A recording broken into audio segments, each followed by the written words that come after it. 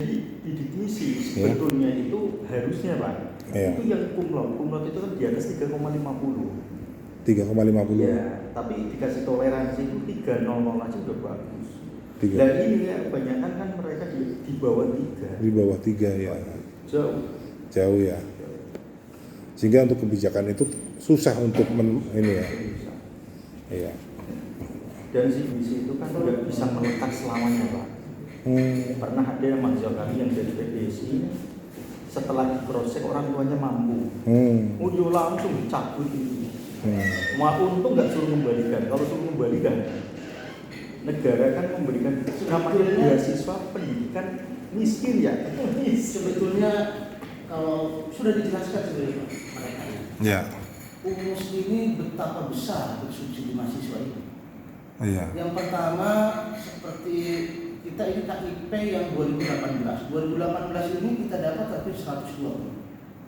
Kemudian yang KIP 2020 itu hampir 73, yang KIP sekarang 2021 itu 20, ada 43. UMUS juga itu punya beasiswa tahfiz Quran.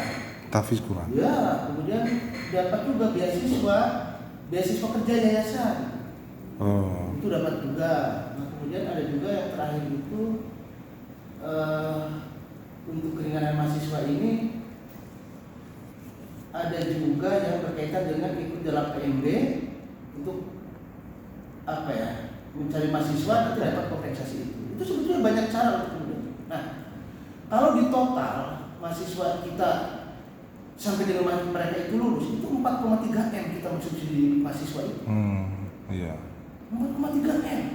Dari total mahasiswa berapa Pak? Dari total mahasiswa yang penerima itu ya, penerima bidik misi itu sampai hampir 200-an lebih. 200 lebih. Jumlah mahasiswa berapa? Hampir 1000, sekarang 1.300-an. 1.300. Jadi banyak kita dapat itu.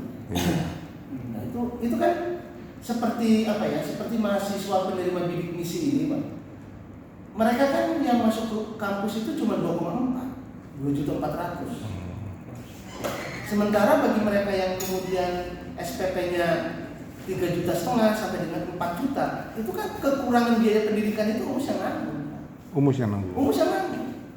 Dan mereka bagi penerima KIP atau bidik misi, mereka sudah terbebas daripada uang ujian tengah semester, ujian akhir, PKN, KKN, skripsi sudah nggak ada semua.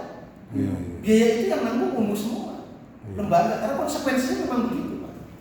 Dari pemerintah ini berkaitan dengan KIP ini atau bidik misi yang aspirasi itu tidak diperbolehkan memungut uang kepada mahasiswa penerima.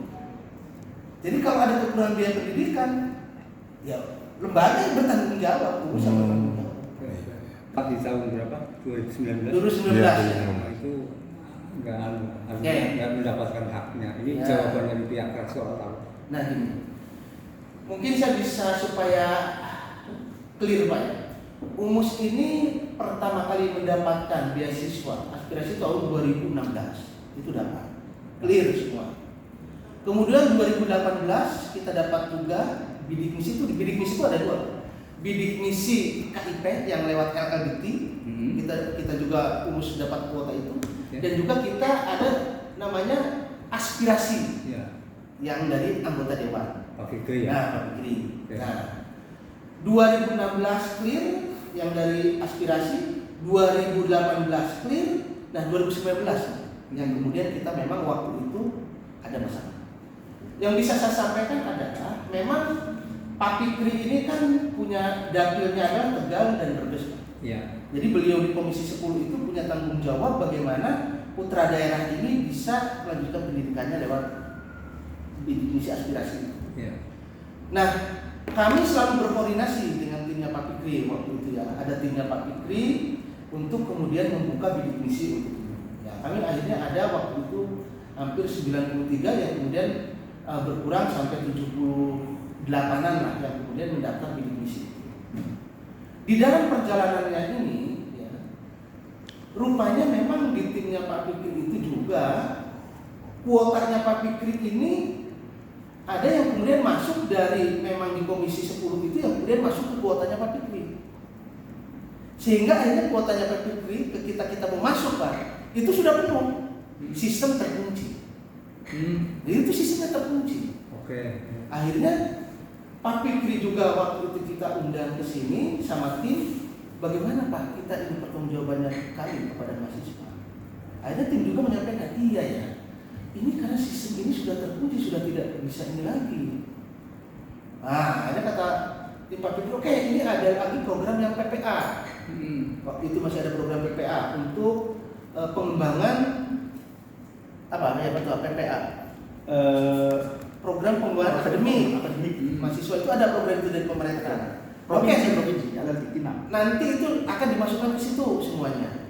Nah, akhirnya program itu pun ditiadakan, adanya UKT, uang kuliah tunggal. Akhirnya semua ini masuklah di UKT, proses masuk semua angkatannya ini masuk di UKT, uang kuliah tunggal. Ini tetap aspirasi ya? Aspirasi, Oke. aspirasi masuk UKT semua. Nah, ketika memang ada bahwa usulan dari kita itu tidak masuk sistem, kami juga sudah menyampaikan ke mahasiswa itu, dikumpulkan semua. Dan clear, mahasiswa sudah mengerti sebetulnya informasi itu sudah sampai. Bukan kesalahan siapa-siapa, ya memang karena sistemnya sudah terkunci lah. Dan itu juga dari pemerintah ya kita juga mau bisa berbuat apa. Nah, tapi upaya kita untuk bagaimana anak-anak ini tetap berupaya, hanya masuklah di UKT. Semua masuk semua. UKT itu kan setiap semester. Ya. UKT itu setiap semester dan boleh digantikan nama-namanya, diusulkan kembali, mau nama yang baru atau tetap mau nama-nama. Nah akhirnya apa? Kebijakan kita utamakan yang 2019. Akhirnya itu selalu masuk, UKT selalu masuk UKT itu kita kita sampaikan. Nah kemudian kita juga ada peluang untuk mahasiswa yang 2019 ini.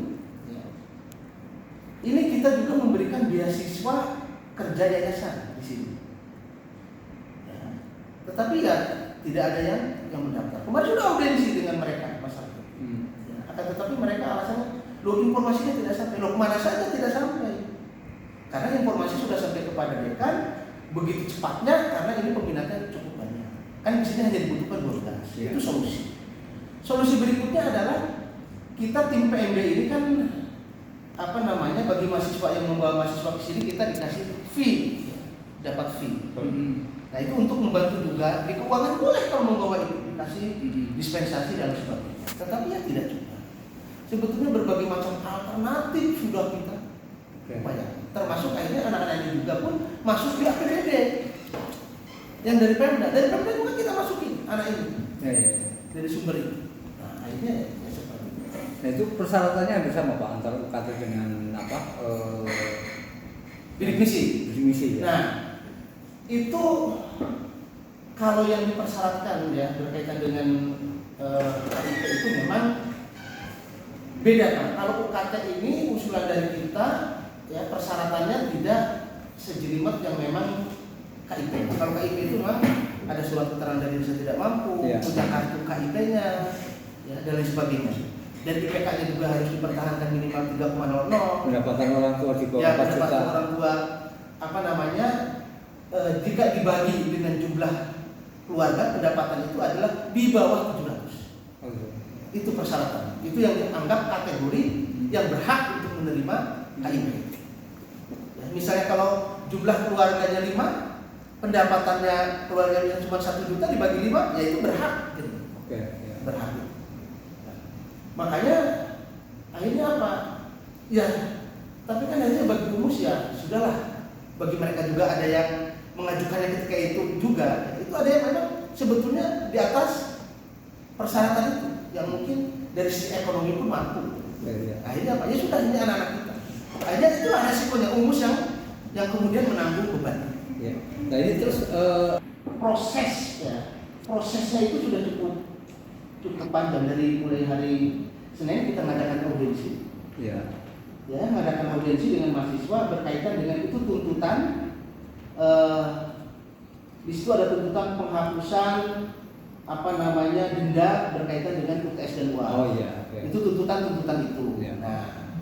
Nah kemudian akhirnya tuntutan mereka ketika audiensi kami bawa di rapat pimpinan. Disampaikan di rapat pimpinan, ini ada tuntutan mahasiswa seperti ini. Dibahas dari berbagai macam sudut pandang, akhirnya dari rapat unsur pimpinan ini tidak menerima itu semua. Karena pihak kita universitas yang memang punya kebijakan dan memang itu adalah aturan yang memang dari tahun sebelumnya juga adalah seperti itu. Nah, akhirnya pihak rapat unsur pimpinan itu menyatakan bahwa tuntutan yang diinginkan mahasiswa akhirnya kita tidak menerima, kita tolak. Nanti Selasa sebetulnya Pak, jika Selasa kemudian tidak disampaikan, mereka akan melakukan tuntutan demo lah. Ya.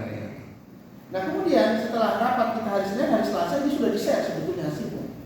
Dan mahasiswa hasil itu sudah tahu. Kita juga sudah tahu bahwa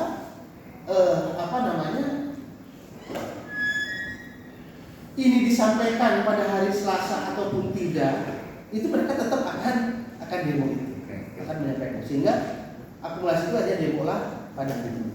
Sebetulnya mau masalah itu, sebenarnya itu sudah clear ketika kita diskusi di tingkat fakultas. Itu kebijakan terakhir dari perguruan tinggi dari unsur pimpinan ini menyatakan ya sudah, karena apa ya, UNUS juga memang berkaitan dengan ini. UNUS harus tetap maju, bagaimana dengan akademi, mutu dan juga lain sebagainya, sehingga akhirnya ini dikembalikan lagi kepada mahasiswa. Mahasiswa ini sudah dewasa.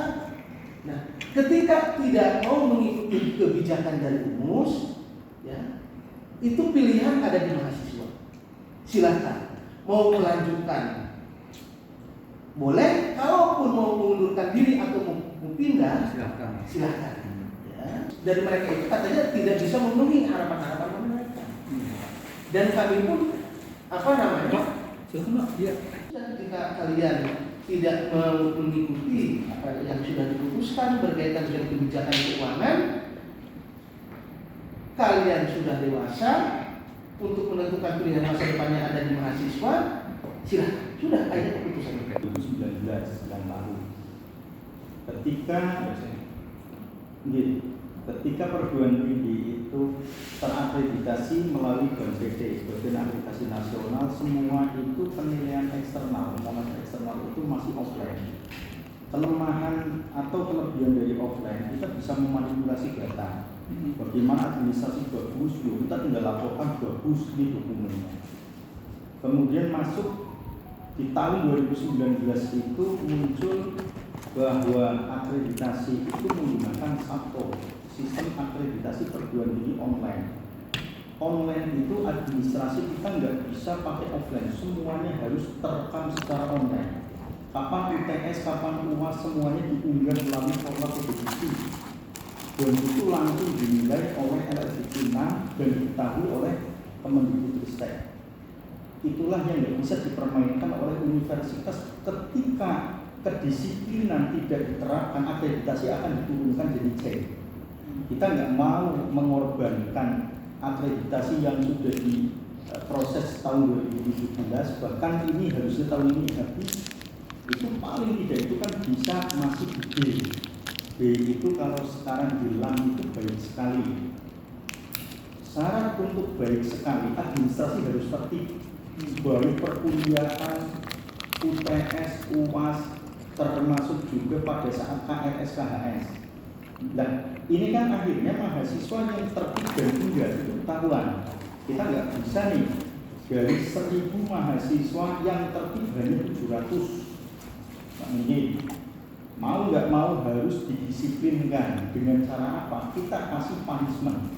Sehingga Pak Rektor mengeluarkan rapat senat, kita mengeluarkan aturan kebijakan untuk mendisiplinkan administrasi yang ada di akademik, maka harus diberlakukan sanksi.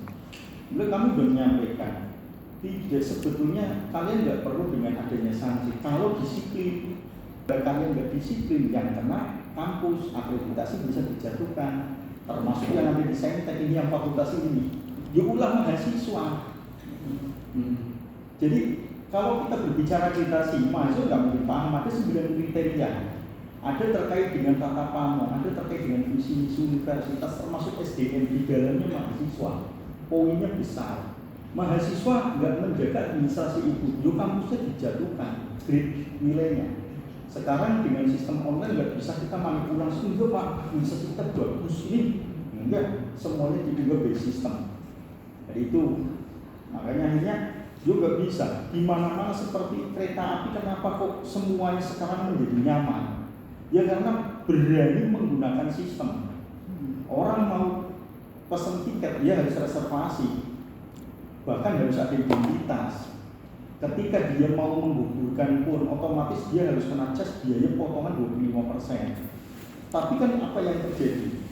Dia pelayanannya bagus, orang yang bekerja itu nyaman, kampus pun sama, mahasiswa yang prestasi nyaman. Gak mungkin diri lah, Pak saya kuliah tiap hari, saya disiplin, kok ada mahasiswa nggak disiplin, nggak pernah kuliah minta lulus bareng.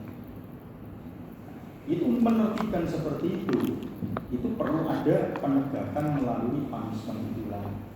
Itu yang dilakukan kami. Sebetulnya kami juga nggak pengen kalau mereka kena punishment, tapi mereka sendiri yang sudah diingatkan. Sebetulnya kalender akademik kan sudah ada tiap semester. Kapan kuliah, kapan waktunya UTS dan UAS. Sebenarnya rutinitas seperti itu yang mahasiswa kurang memahami itu.